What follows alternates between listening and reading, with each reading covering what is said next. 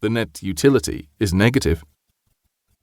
He says that if an all-powerful and all-knowing superintelligence could look across the world of pleasure and pain and do the sums, it would conclude that it had a moral obligation to eliminate conscious life. I think he's wrong. We don't live by bread alone. Pain and pleasure can't be all that matters. But there's no question that they matter.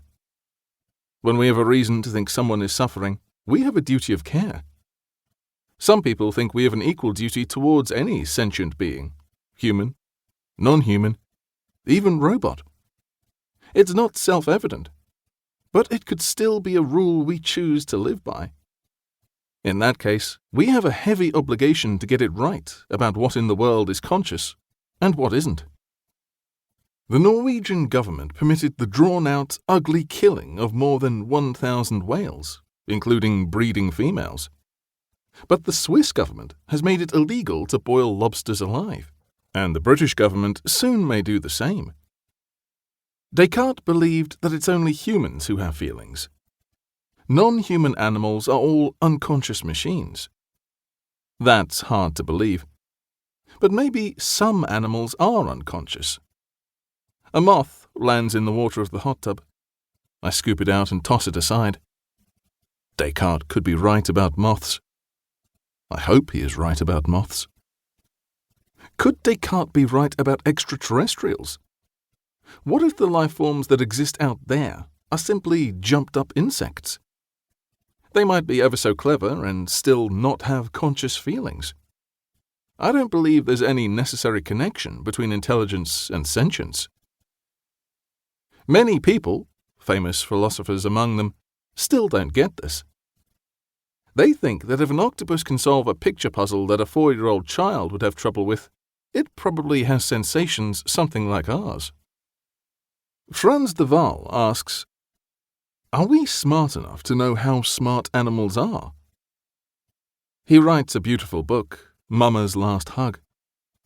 He's sure animals have feelings on the same level that we do. But what he comes up with as evidence is no more than a laundry list of clever tricks. What about the argument from continuity?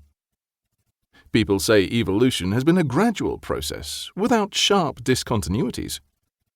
There won't have been any point in history where we could draw a line. Unconscious that side, conscious this. So some kind of consciousness must go all the way down.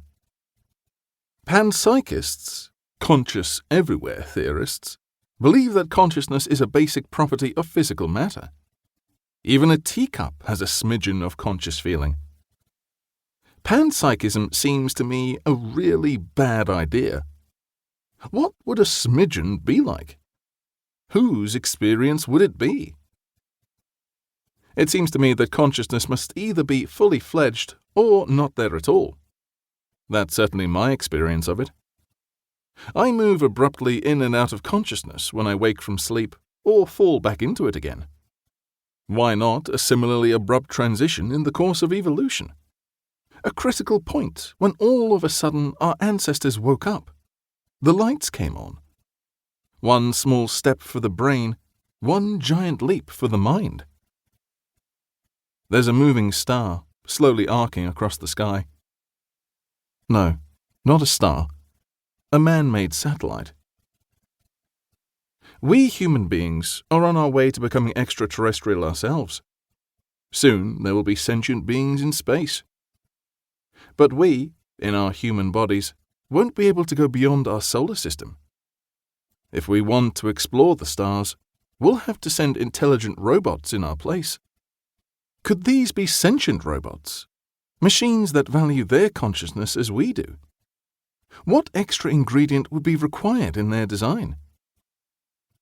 Daniel Hillis has suggested that the World Wide Web has already become conscious, simply as a consequence of its complexity. Only it hasn't deigned to tell us yet. Could the World Wide Web be hurting? Do we have a duty of care towards it? It's often claimed that, as we build more and more complex robots, it will just happen.